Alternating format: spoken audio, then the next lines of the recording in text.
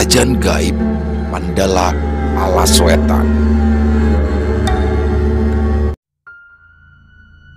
Serasa hancur dunia ini ketika sesampainya di rumah, Sri Kanti mendapati Sudiro sedang bercumbu mesra dengan seorang perempuan muda yang terlihat sangat cantik di matanya.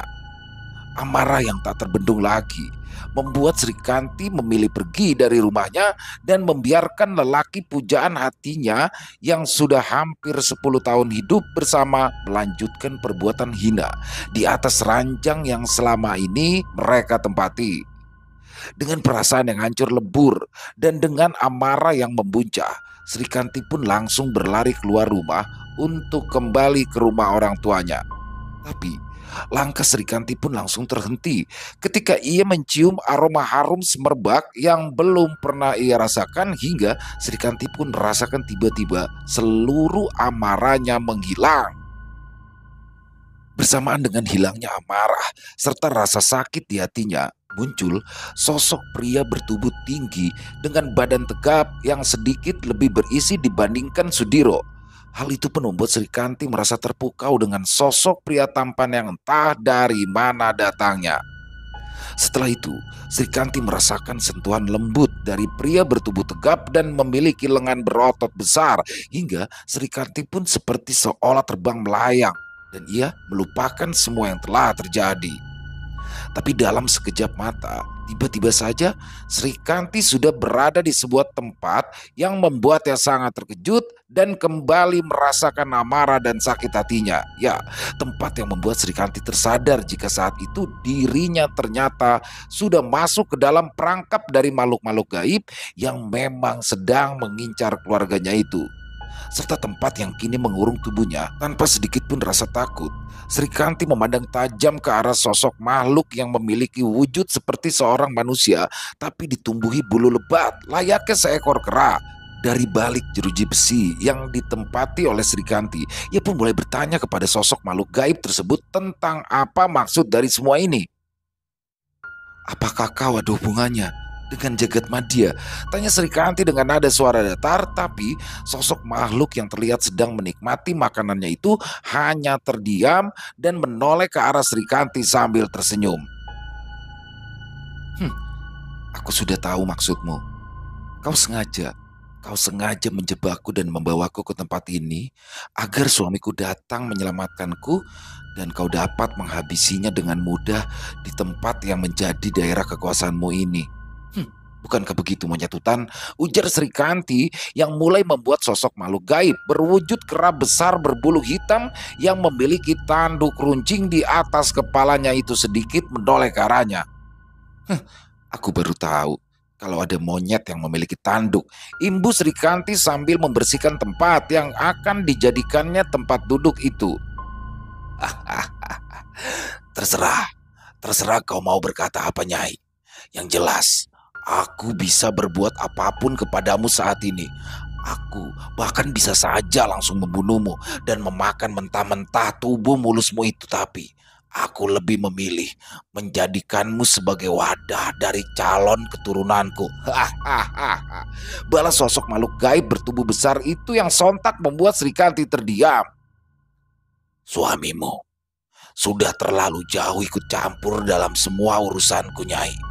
Dan aku ingin suamimu merasakan akibatnya jika berani mengganggu urusan dari Sugali, sang penguasa Mandala Alas Wetan. Imbus sosok raja dari Mandala Alas Wetan yang bernama Sugali itu.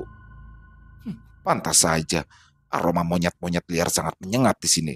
Rupanya aku sedang berada dalam kandang monyet yang menjijikan, balas Sri Kanti yang mencoba membuat Sugali marah. Sudah, nikmati saja hari-harimu di sini. Sebentar lagi aku akan membuatmu mengandung janin dari anak-anakku, Nyai. Balas Sugali yang berlalu pergi meninggalkan Sri Kanti. Makhluk sialan, umpat Sri Kanti sambil memandang tajam ke arah Sugali. Karena tahu jika tidak ada yang dapat dilakukannya untuk bisa lari dari penjara gaib yang memiliki energi pelindung tinggi itu, Sri Kanti pun lalu mulai duduk bersila untuk bermeditasi. Dia berusaha untuk menghimpun energi yang dimilikinya untuk memperkuat beberapa ajian yang telah diajarkan oleh Sudiro kepadanya. Sri Kanti pun mulai membuang jauh-jauh prasangka buruknya kepada Sudiro dan terus meminta maaf kepada suami serta anaknya karena kini mereka semua pasti sedang kebingungan untuk mencari keberadaannya. Sri Kanti yang memang sudah tidak asing lagi dengan hal-hal gaib pun mencoba untuk tetap tenang di balik penyesalannya. Walau dirinya merasa sangat bodoh dan masih merasa bersalah, tapi Sri Kanti mencoba untuk mencari celah dari energi gaib yang mengurungnya kala itu. Selain telah menguasai beberapa ajian yang diajarkan oleh Sudiro, Sri Kanti pun pernah diberikan batu mustika oleh suaminya itu ketika Sudiro hampir mati oleh Mbah Jungkar dan sekutunya yang menaruh dendam kepadanya. Dan tanpa sepengetahuan Sudiro, ternyata Sri Kanti juga diajarkan ajian sambung jagat yang diturunkan langsung oleh Nyai Semala yang tidak lain adalah istri dari Aba Uta. Dengan mencoba mencari celah dari bagian dinding gaib yang sudah mengurungnya, Sri Kanti pun lalu mencoba untuk berkomunikasi dari jarak jauh dengan Sudiro melalui ajian sambung jagat. Ajian sambung jagat adalah sebuah ajian sejenis telepati. Hanya saja dengan ajian sambung jagat, pemilik ajian dapat dengan leluasa mengirimkan pesan kepada orang yang dikehendakinya walaupun orang itu tidak tahu keberadaan orang tersebut serta jarak pun tidak menjadi halangan baginya. Di tingkatan yang lebih tinggi, ajian sambung jagat dapat juga melepaskan sukma dari pemilik ajian layaknya pengguna ajian Rogo Sukmo. Hanya saja, ajian sambung jagat tidak dapat melakukan pertempuran secara gaib. Entah sudah berapa hari lamanya Sri Kanti berada di dalam penjara gaib milik Sugali tanpa makan atau minum apapun yang diberikan oleh para penjaga penjara gaib itu. Hingga akhirnya Sri Kanti pun kondisinya mulai lemah dan ia juga mulai berhalusinasi karena kelaparan dan kehausan yang sudah lama dirasakannya.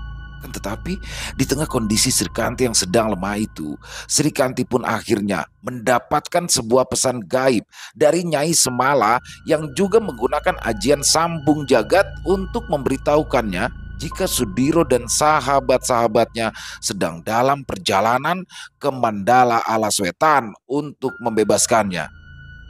Akhirnya, aku bisa mendapatkan keberadaanmu, Kanti, bisik Nyai Semala yang terdengar jelas oleh Sri Kanti. Karena menyadari jika Nyai Semala dapat menemukan keberadaannya dengan ajian sambung jagat, Sri Kanti pun kini merasa tenang dan ia kembali mendapatkan kekuatan untuk bisa bertahan di tengah rasa lapar dan dahaga yang sangat menyiksanya kala itu. Dalam hati, Sri Kanti berkata jika saat itu ia berniat untuk menguatkan hati dan pikirannya melalui laku tirakat yang secara tidak sengaja dialaminya itu. Dan juga Sri Kanti memohon kepada Sang Maha Agung untuk senantiasa menjaga dirinya dan keluarganya dari mara bahaya dan segera bisa mendapatkan sebuah pertolongan. Di antara hidup dan matinya itulah, Sri Kanti pun mulai melihat ada sebuah cahaya putih yang menyilaukan membangunkannya dan dari balik cahaya putih tersebut muncul seorang kakek tua yang terlihat seperti seorang petapa dengan rambut putih yang digelung ke atas serta kumis dan jenggot putih panjang hingga membuat kakek tersebut terlihat sangat berwibawa. Minumlah apa yang ada di hadapanmu itu, Cahayu, ujar sosok kakek petapa yang terlihat sangat berwibawa.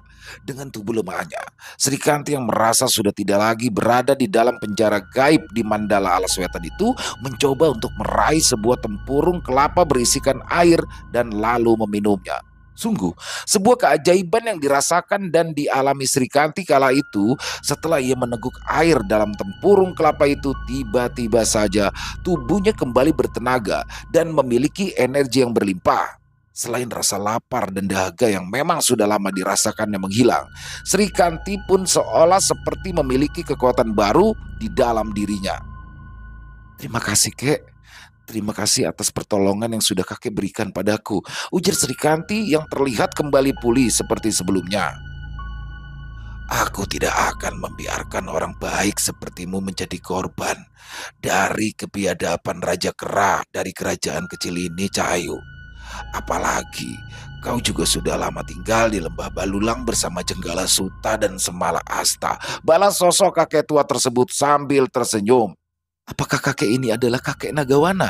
Tanya Sri Kanti yang tiba-tiba saja teringat dengan sosok makhluk gaib yang menjadi penguasa di lembah Balulang. Benar Cahayu, aku adalah Nagawana. Dan sekarang kuatkan hati dan pikiranmu, karena sebentar lagi Sugali akan datang untuk menjadikanmu sebagai budak nafsu bejatnya. Aku tidak dapat berbuat lebih banyak lagi, Cahayu, karena jika aku sampai salah dalam bertindak, maka perang besar di alam gaib akan bisa terjadi dan bencana pun akan melanda di alam nyata. Balas sosok kakek yang ternyata adalah perwujudan lain dari sosok Nagawana. Sambil menganggukkan kepala dan meletakkan kedua tangannya di bagian dada, Sri Kanti pun mengucapkan rasa terima kasih atas apa yang telah dilakukan Nagawana sebelum sosok naga sakti itu pergi dari hadapannya. Dan tiba-tiba saja, di balik penjara gaib di tempatnya berada, Sri Kanti melihat sesosok kera besar berbulu hitam sedang tersenyum menyeringai memandang ke arahnya. Selain itu, Sri Kanti juga melihat sosok perempuan berkebaya hitam yang sudah tidak asing lagi di matanya kala itu. Akhirnya, kita dapat bertemu lagi, Sri Kanti, ujar sosok perempuan berkebaya hitam yang tidak lain adalah sosok Nyai Sukma-Ayu atau Nyai Cenil penguasa alas mati. Oh, ternyata kau masih hidup, Nyai, balas Sri Kanti sambil tersenyum mengejek sosok Nyai Sukma-Ayu. Benar Sri Kanti, aku masih hidup untuk membuatmu menyesali kehidupanmu yang malang itu. Balas Nyai Sukma-Ayu. Tidak lama setelah itu, kedua pemimpin dari dua kerajaan gaib itu pun pergi meninggalkan Sri Kanti, dan tanpa berpikir panjang lagi, Sri Kanti pun kembali mencoba mencari titik lemah dari pagar gaib yang ada di dalam penjara gaib itu. Untuk menggunakan ajian sambung jagat, usaha Sri Kanti pun tidak sia-sia. Dengan kekuatan baru yang diberikan oleh sosok Nagawana, Sri Kanti pun dapat menggunakan ajian sambung jagat pada tingkat tertingginya. Kesempatan itu pun langsung digunakan Sri Kanti untuk mencari Sudiro dan memberitahukan keberadaannya saat itu. Setelah dapat berkomunikasi dengan suaminya, Sri Kanti pun lalu kembali melakukan meditasi untuk bisa berusaha lari dari penjara gaib itu. Karena Sri Kanti sadar jika ia tidak segera melarikan diri, maka ia akan menjadi budak nafsu dari Raja Kera, penguasa Mandala Alas Wetan. Selain itu, Sri Kanti pun juga tahu jika Sudiro dan kawan-kawannya sedang mengalami kendala dalam perjalanan menuju ke Mandala Alas Wetan. Seperti apa yang telah dikatakan oleh Wanerupa, jika perjalanannya untuk membebaskan Sri Kanti itu tidaklah mudah karena banyak kerajaan gaib yang bersekutu dengan Mandala Alas Wetan yang tidak mengizinkan Sudiro serta kawan-kawannya untuk melintas di wilayah mereka masing-masing. Hal itu pun membuat keadaan menjadi kacau hingga pertempuran gaib antara rombongan Sudiro dan para punggawa kerajaan yang berjaga di wilayah perbatasan mereka. Lagi-lagi keberuntungan pun kembali mendatangi Sri Kanti. Ketika pagar gaib di penjara gaib tempatnya berada itu mulai melemah, Sri Kanti pun langsung menghancurkan pintu besi yang dilapisi energi gelap yang menjadi satu-satunya jalan keluar baginya. Pertarungan Sri Kanti melawan para penjaga penjara gaib pun tidak lagi terelakkan. Meski itu adalah pertarungan pertama baginya, tapi Sri Kanti mampu mengendalikan setiap serangannya dan energi besar yang kini ada di dalam tubuhnya. Para penjaga penjara gaib pun bukanlah lawan yang sebanding dengan Sri Kanti. Hingga dalam waktu singkat, Sri Kanti pun dapat melumpuhkan semua penjaga penjara gaib tersebut dan juga melepaskan semua tahanan yang berada di sana untuk mengecoh para penjaga lain yang pasti akan segera mengejarnya. Setelah berhasil melarikan diri bersama beberapa makhluk gaib yang menjadi tahanan dari Mandala Alas Wetan, Sri Kanti pun lalu kembali menggunakan ajian sambung jagat untuk memberitahukan Sudiro jika dirinya sudah bebas dan berada di tengah hutan gaib Alas Wetan. Sri Kanti juga mengatakan jika saat itu dirinya bersama dengan beberapa makhluk gaib yang salah satunya adalah sosok putri dari kerajaan gaib lainnya yang sudah lama diculik dan disekap oleh Sugali. Sementara itu, Sudiro yang sedang terlibat pertarungan hebat dengan para punggawa kerajaan Giri Rejo meminta Srikanti untuk mencari tempat persembunyian yang aman karena saat itu Sudiro akan sedikit terlambat untuk tiba di Mandala Alaswetan karena sedang menghadapi musuh yang memiliki kesaktian cukup tinggi. Sudiro yang harus bertarung tanpa menggunakan ajian Trisaka Ajiraga dan ajian Sabandung Hiji pun dibuat kewalahan dalam menghadapi sosok makhluk gaib berwujud babi hutan dengan kekuatan besar.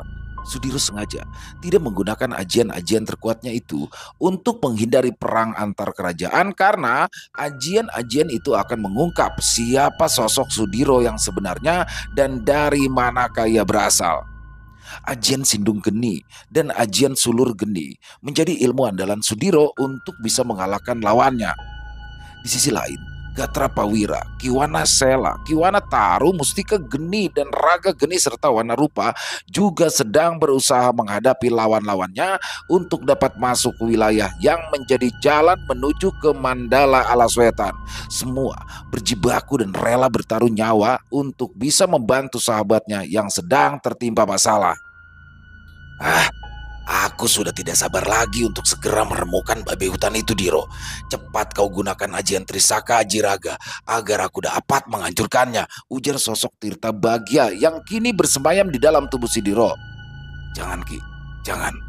Kalau kau sampai keluar dari dalam tubuhku, maka kau akan bisa memicu peperangan yang lebih besar lagi, balas Sudiro yang masih mencoba meminta Tirta Bagya untuk tenang.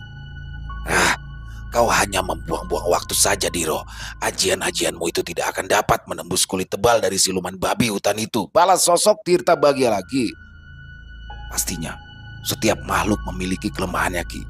Dan sedikit lagi, aku akan bisa menyerang titik lemah makhluk jelek itu, bisik Sudiro sambil terus menyerang sosok siluman babi yang menjadi panglima penjaga dari perbatasan wilayah Mandala Giri Rejo dengan wilayah Mandala Giri Asmo.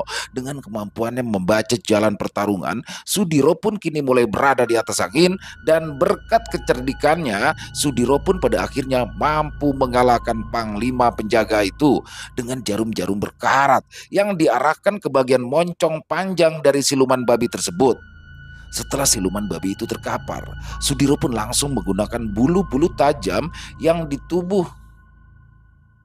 Setelah siluman babi itu terkapar, Sudiro pun langsung menggunakan bulu-bulu tajam yang ada di tubuh bagian kepala sosok siluman babi itu untuk menyerang lawan-lawannya yang lain dengan ajian Sindung Geni miliknya.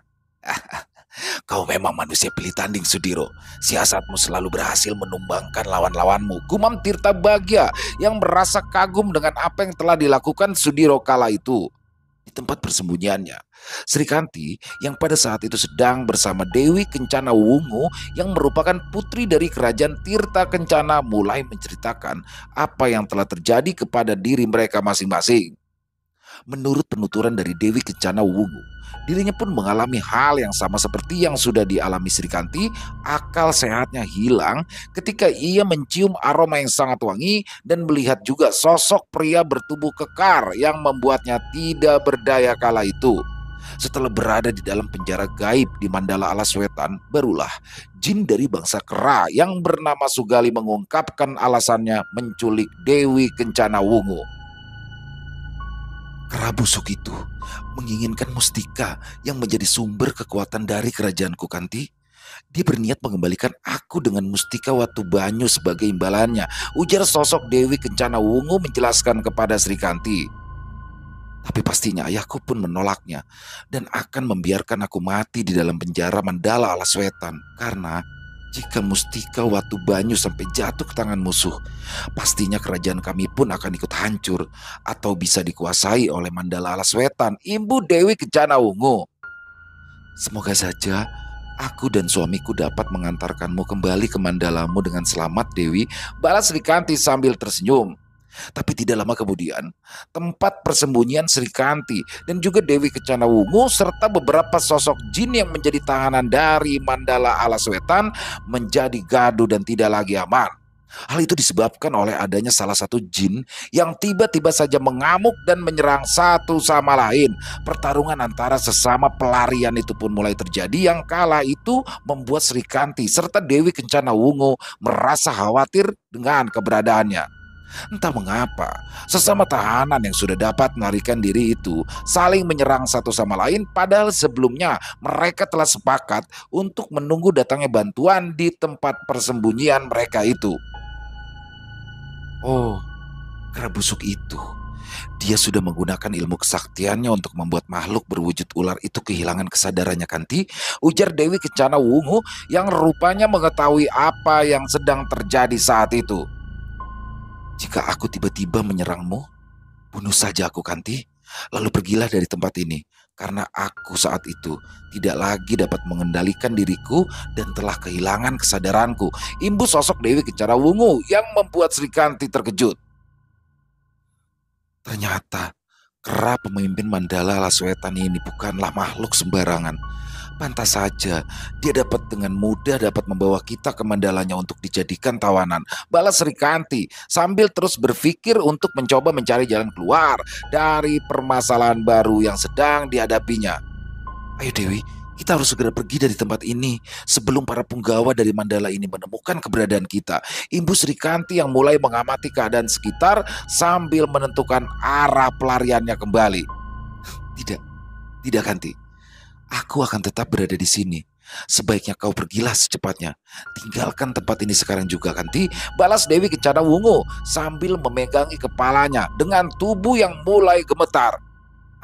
Kasialan, gumam Sri Kanti yang tahu jika kesadaran Dewi Kencana Wungu telah hilang akibat ilmu yang digunakan oleh Sugali, sang raja dari Mandala Alaswetan tersebut. Tanpa butuh waktu lama, akhirnya pertarungan yang sangat ingin dihindari oleh Sri Kanti pun mulai terjadi karena sudah kehilangan kesadarannya. Sosok Dewi Kencana Wungu pun mulai menyerang Sri Kanti dengan ilmu-ilmu kesaktiannya.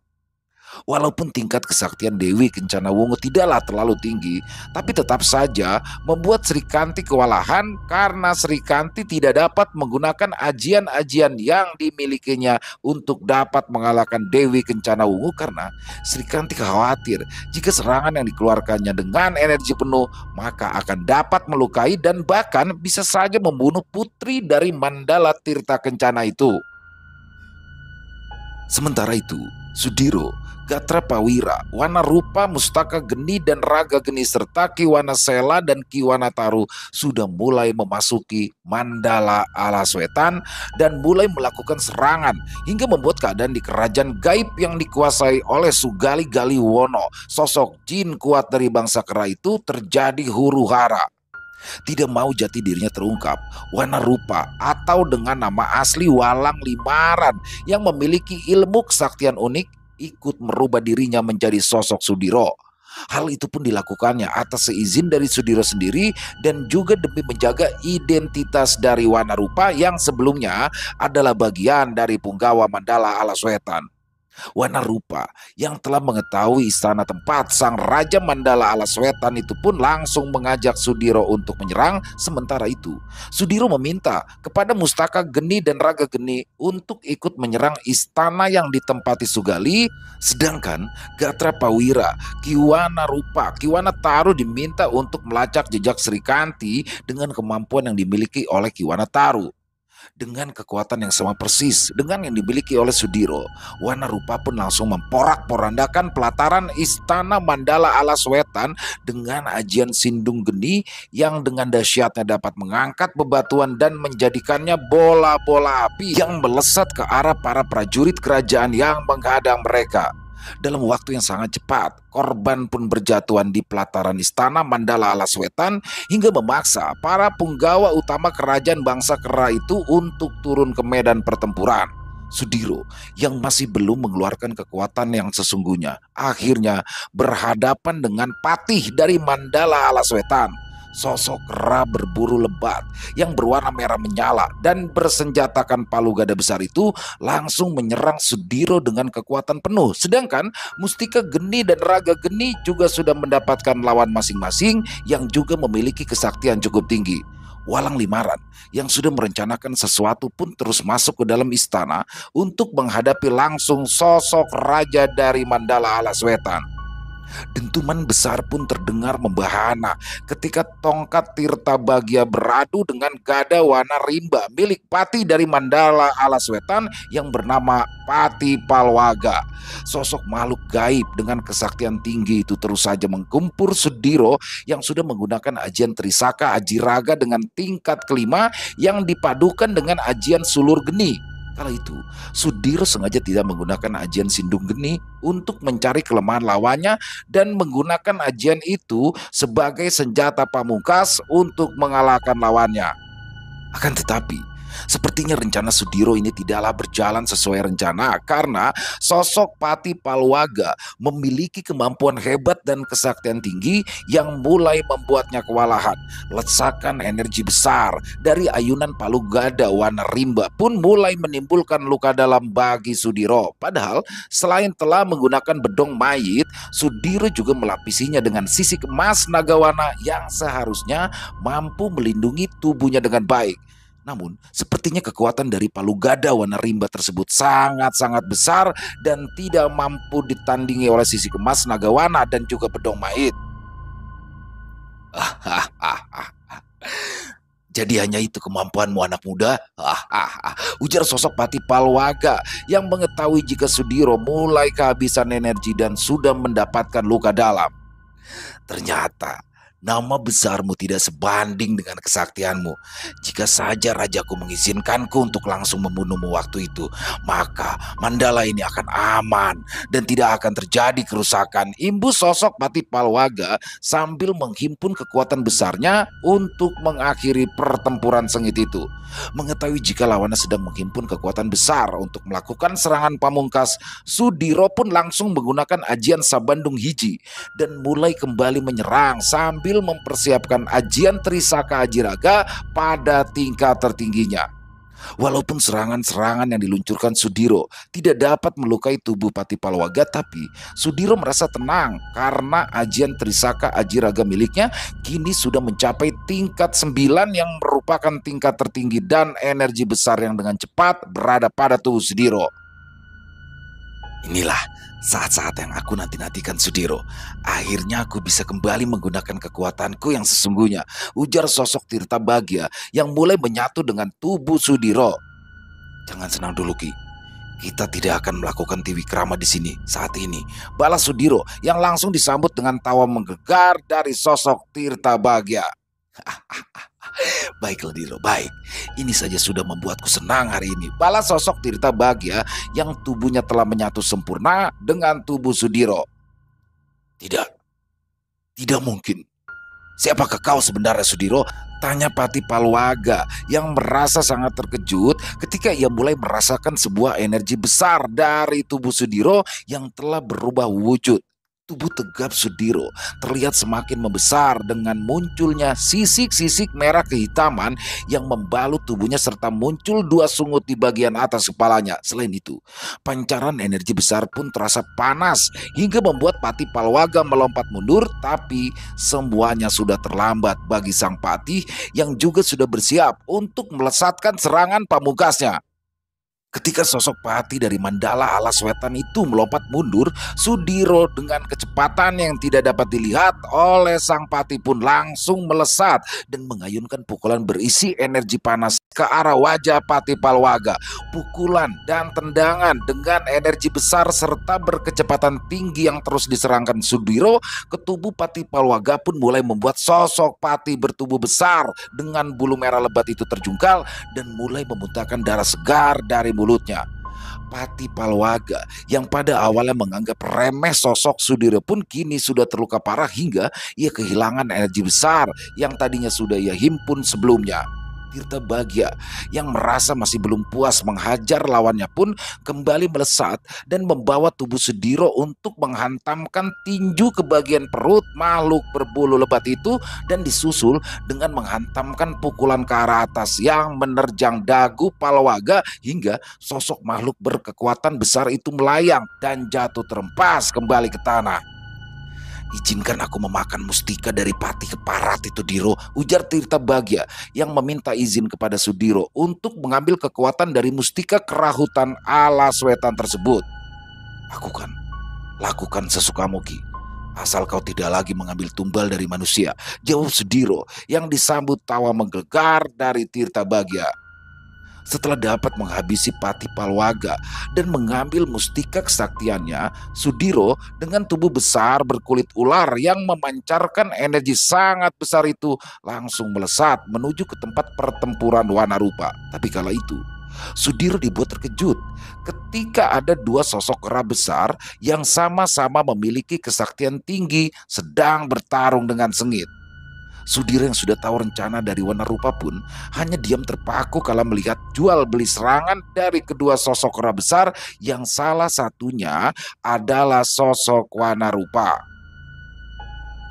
Di palagan yang berbeda, Mustika Geni dan Raga Geni menunjukkan tajinya dengan menghabisi pasukan dari Mandala Alas Wetan dan juga membuat para penggawa kerajaan gaib tersebut kocar-kacir dengan serangan-serangan yang mereka berdua lakukan. Sementara itu, Gatra Pawira, Kiwana Sela, dan Kiwana Taru telah berhasil menemukan Sri Kanti yang kala itu sedang terlibat pertarungan hebat.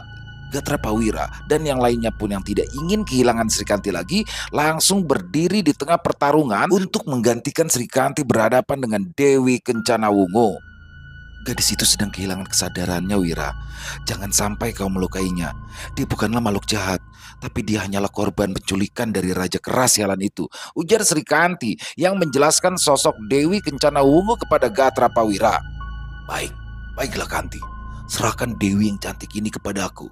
Aku akan membuat kesadarannya kembali," balas Gatra Pawira yang langsung membuat Kiwana Sela dan Kiwana Taru mundur dari tengah palagan dan memilih untuk berada di samping Sri Kanti. Maafkan atas kecerobohan yang telah aku lakukan, Ki," ujar Sri Kanti sambil memandang ke arah Kiwana Sela dan Kiwana Taru. "Kami berdua lah yang seharusnya meminta maaf kepadamu, Kanti. Sebagai pengawalmu, kami telah gagal menjalankan tugas," balas Kiwana Sela yang disambut anggukan kepala oleh Kiwana Taru. Setelah berbincang-bincang dengan Kiwana Sela dan Kiwana Taru, Sri Kanti pun kembali mengirimkan pesan kepada Sudiro. Sri Kanti mengabarkan jika dirinya saat ini sudah aman bersama Kiwana Sela dan Kiwana Taru serta Gatra Pawira. Sri Kanti pun juga meminta kepada Sudiro untuk bisa segera melumpuhkan raja dari Mandala Alas Wetan itu agar pengaruh sihir yang kini sedang merasuki pikiran Dewi Kencana Wungu menghilang. Tapi semua itu terasa sulit untuk dilakukan oleh Sudiro karena pada saat yang bersamaan sosok Wanarupa telah menjelma menjadi sosok Sugali, raja dari Mandala Alas Wetan. Hal itu dapat dilakukan oleh Wanarupa setelah dirinya berhasil meraih palu gada yang menjadi senjata pusaka dari Sugali. Pertarungan dua sosok kera besar yang sama-sama memiliki kekuatan besar itu pun menjadi pemandangan menarik bagi Sudiro yang masih berwujud manusia dengan kulit ular berwarna merah dengan sisi kehitaman. Sebenarnya, Sudiro pun ingin segera menuntaskan pertarungan tersebut, tapi Sudiro yang tahu akan maksud dari Wanarupa memilih untuk menjadi penonton yang berdiri tidak jauh dari pertempuran dua makhluk gaib tersebut. "Apakah kau tahu, Diro? Manakah sosok raja dari Mandala Alas Wetan yang asli?" tanya sosok Tirta Bagya yang kini mulai gelisah karena ia yang ingin segera ikut terlibat dalam pertarungan tersebut. "Aku tahu, Ki, tapi biarkanlah Wanarupa menyelesaikan tugasnya karena dia sudah menunggu pertempuran ini selama ratusan tahun lamanya," balas Sudiro menjelaskan setelah yakin jika Wanarupa yang sedang menjelma menjadi sosok Sugali dapat menuntaskan dendamnya kepada sosok dari Raja Mandala Alas Wetan itu. Sudiro pun langsung pergi meninggalkan palagan tempat dua sosok makhluk gaib berwujud kera itu bertarung. Dengan kecepatan yang luar biasa, Sudiro pun menghampiri Mustika Geni dan juga Raga Geni untuk pergi ke tempat Sri Kanti, Kiwana Sela, serta Kiwana Taru dan juga Gatra Pawira berada. Sesampainya Sudiro di tempat Sri Kanti berada, Sudiro pun disambut dengan wajah tegang dari Kiwana Sela dan juga Kiwana Taru serta Sri Kanti. Pasalnya, kedatangan Sudiro dengan energi besarnya itu membuat seluruh makhluk yang ada di tempat itu merasa seolah mendapat ancaman karena tidak mengetahui jika itu adalah sosok Sudiro. Biar Biar aku yang menyadarkannya, Wira, ujar Sudiro yang membuat Gatra Prawira mundur dari pertempuran itu dan tidak butuh waktu lama. Sudiro yang kini memiliki kecepatan tinggi serta kekuatan dahsyat pun langsung memasukkan butiran pasir panas ke dalam tubuh Dewi Kencana Wungo. Hal itu pada awalnya membuat Srikanti marah, tapi setelah Gatra Prawira mengatakan jika sosok manusia berkulit ular merah itu adalah sosok dari Sudiro, barulah Srikanti dan juga Kiwana Sela serta Kiwana Taru merasa lega. Butiran pasir panas yang masuk ke dalam tubuh Dewi Kencana Wungo pun langsung menyerang energi sihir yang sudah mengambil alih kesadaran sang Dewi lalu menghancurkannya dari dalam. Setelah itu, tiba-tiba saja Dewi Kencana Wungo terdiam dan mulai merasa kesakitan sambil beberapa kali memuntahkan darah kental yang berwarna merah kehitaman.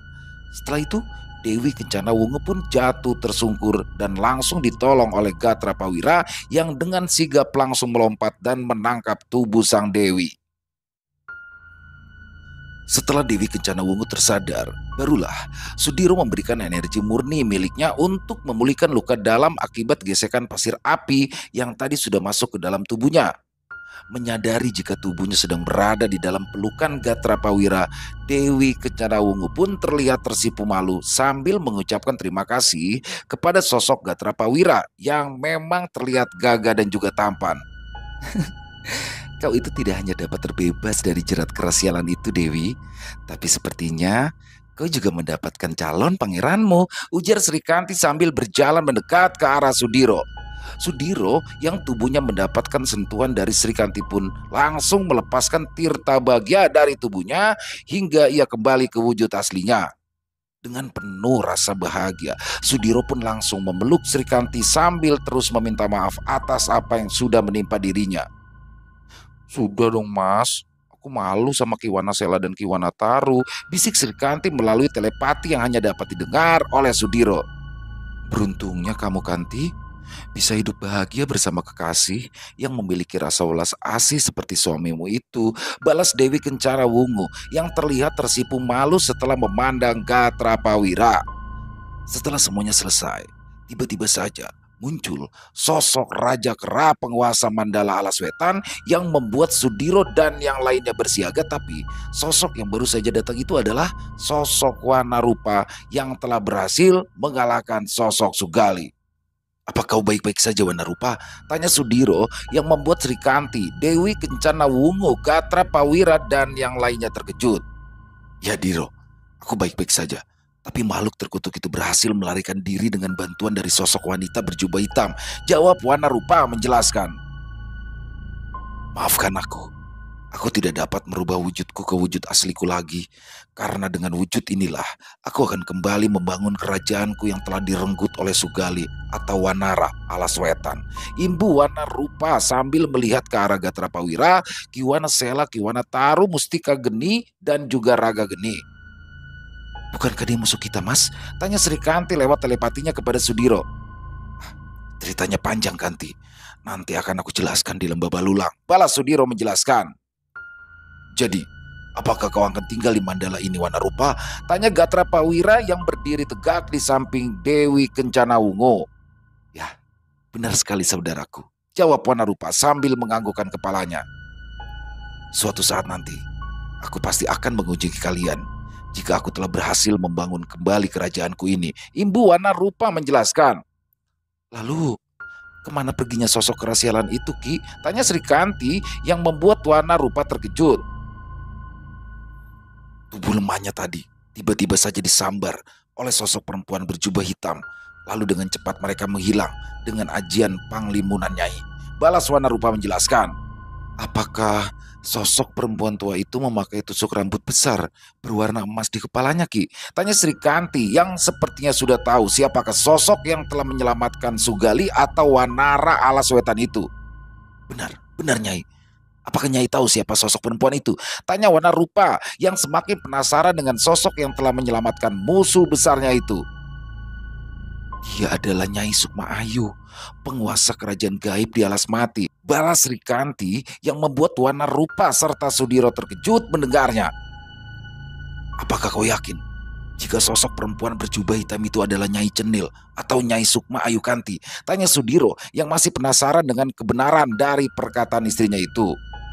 Ya, perempuan iblis penguasa alas mati itu sempat mendatangiku ketika aku sedang berada dalam penjara gaib di mana aku dikurung, Mas, jawab Srikanti sambil mengepalkan kedua tangannya. Ingatan Srikanti sempat kembali ke masa lalu di mana ia berhasil diperdaya oleh sosok Nyai Sukma Ayu hingga akhirnya membuat Srikanti memutuskan untuk bersekutu dengan sosok tersebut dalam menghabisi nyawa Cokro yang kala itu telah menjadi suaminya. Sudahlah, Kanti. Untuk Nyai Sukma Ayu, kita urus saja nanti. Yang terpenting saat ini, kita harus segera mengantarkan Dewi Kencana Wungu kembali ke mandalanya, ujar Sudiro sambil mengusap pundak Srikanti. Jika keputusanmu untuk tetap tinggal di sini, maka kami pamit undur diri dulu, Wanarupa. Semoga saja kau dapat kembali membangun kerajaanmu dan menjadi sosok raja yang dapat mengayomi rakyatnya, imbu Sudiro kepada Wanarupa. Setelah rombongan Sudiro pergi, Wanarupa yang masih berwujud Sugali atau Wanara Alas Wetan itu pun langsung mengumpulkan para punggawa kerajaan yang tersisa. Dengan mahkota kerajaan serta pusaka Palugada milik Sugali, Wanarupa pun memberikan pengumuman kepada rakyat dari Mandala Alas Wetan jika kekuasaan dari Mandala tersebut akan diserahkan kepada sosok raja yang baru. Dan di saat itulah Wanarupa yang masih berwujud Sugali atau Wanara Alas Wetan menyerahkan secara langsung mahkota kerajaan dan juga pusaka Palugada itu kepada sosok yang dibuat oleh Wanarupa dengan ilmu kesaktiannya. Sosok yang hanyalah sebuah bayangan itu pun menerima mahkota dan juga Palugada yang menjadi simbol kekuatan dari Mandala tersebut. Setelah itu, Wanarupa yang masih menjadi sosok Sugali masuk ke dalam istana dan merubah wujud aslinya menjadi sosok Walang Limaran atau sosok Wanarupa itu sendiri, dan ia pun lalu duduk di singgasana besar milik Wanara Alas Wetan. Sementara itu, kedatangan Sudiro, Srikanti, Gatra Pawira dan Dewi Kencana Wungu serta Kiwana Sela, Kiwana Taru dan Mustika Geni serta Raga Geni pun disambut dengan baik oleh Raja dari Mandala Tirta Kencana yang bernama Ki Sabda Tirta. Setelah menjelaskan apa yang telah terjadi di Mandala Alas Wetan dan menyerahkan kembali Dewi Kencana Wungu, Sudiro dan Srikanti serta yang lainnya pun langsung berpamitan kepada penguasa Mandala Air itu. Tapi Dewi Kencana Wungu yang memang ternyata sudah jatuh hati kepada sosok Gatra Pawira pun ingin ikut pergi bersama Srikanti karena dirinya tidak ingin jauh dari Gatra Pawira. Adinda Kencana Wungu sepertinya itu sedang jatuh cinta loh, Ki, sehingga dia tidak rela jika pujaan hatinya itu pergi meninggalkannya. Ujar Srikanti yang membuat Dewi Kencana Wungu tersipu malu. Tidak mengapa, Nyai, tidak mengapa.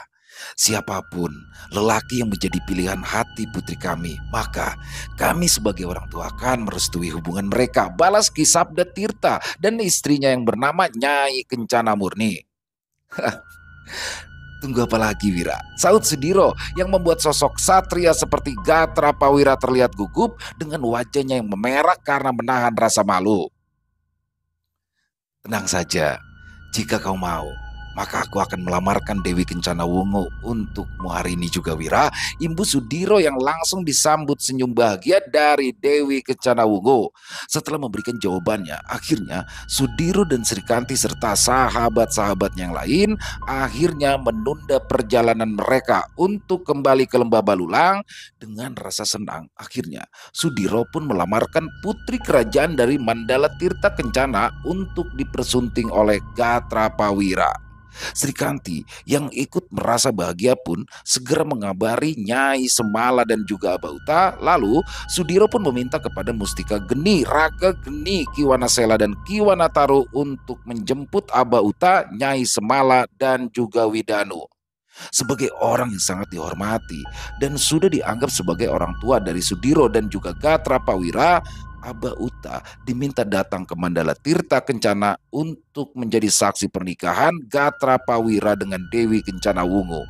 Setelah beberapa hari berada di Mandala Tirta Kencana, Aba Uta, Sudiro, Srikanti, Nyai Semala, dan Widanu serta yang lainnya pun kembali ke Lembah Balulang.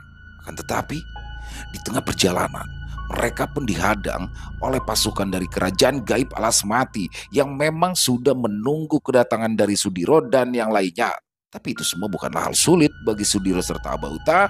Hanya dalam waktu singkat, mereka pun dapat membuat pasukan dari kerajaan Alas Mati kocar-kacir dan pergi meninggalkan jalur gaib yang menjadi tempat pertempuran itu terjadi. Masalah baru pun terjadi ketika apa yang sudah dilakukan oleh Sudiro dan juga Aba Uta dilaporkan oleh Mandala Alas Mati kepada penguasa kerajaan Laut Selatan. Pemimpin kerajaan Alas Mati itu menuduh jika pasukannya yang akan pergi ke Mandala Alas Wetan dicegat oleh rombongan Sudiro lalu dibantai hingga banyak korban berjatuhan dari kerajaan gaib tersebut. Peperangan antara manusia melawan sosok makhluk gaib dari penguasa wilayah Laut Selatan pun hampir saja terjadi, walaupun Sudiro dan juga Aba Uta tidak merespon sama sekali tuduhan yang dilayangkan oleh kerajaan Alas Mati tersebut. Selesai, wow, luar biasa. Kisah yang sangat luar biasa dari Mas Untung Prasetyo, penulis favorit kita semua. Dan kembali lagi Sudiro sesuai permintaan dari teman-teman untuk lebih cepat ya untuk lanjutannya, dan Bang Untung langsung memberikan kelanjutannya dalam kisah yang sangat luar biasa ini, Kerajaan Gaib Mandala Alas Wetan. Dan ini asli keren banget kisahnya, epic banget, banyak hikmah-hikmah juga yang bisa kita ambil dalam kisah barusan. Dan ternyata nih Gatra Pawira bertemu dengan jodohnya. Wah, seneng banget, langsung nikah lagi bukan main. Disaksikan langsung sama Aba Uta. Dan sepertinya di sini juga munculnya kembali sosok penguasa kerajaan gaib di Alas Mati. Jadi buat teman-teman mungkin yang belum tahu sosok itu, bisa itu di awal-awal ya, di episode kedua apa ketiga itu, yaitu kisah tentang pertama kali Srikanti bertemu dengan Sudiro tuh. Waktu itu Srikanti sempat jadi Srikanti adalah janda ya. Dalam pernikahan sebelumnya dia harus menerima pernikahan itu walaupun terpaksa karena dia dijodohkan. Nah, sempat dalam proses pernikahan, sebelum pernikahan itu ya disantet oleh salah satu mantan kekasihnya yang bersekutu dengan penguasa Alas Mati itu, dan hampir saja mencelakai Srikanti sendiri. Makanya di situ Srikanti geram nih. Rupanya ini akan berkepanjangan. Luar biasa sekali Mas Untung.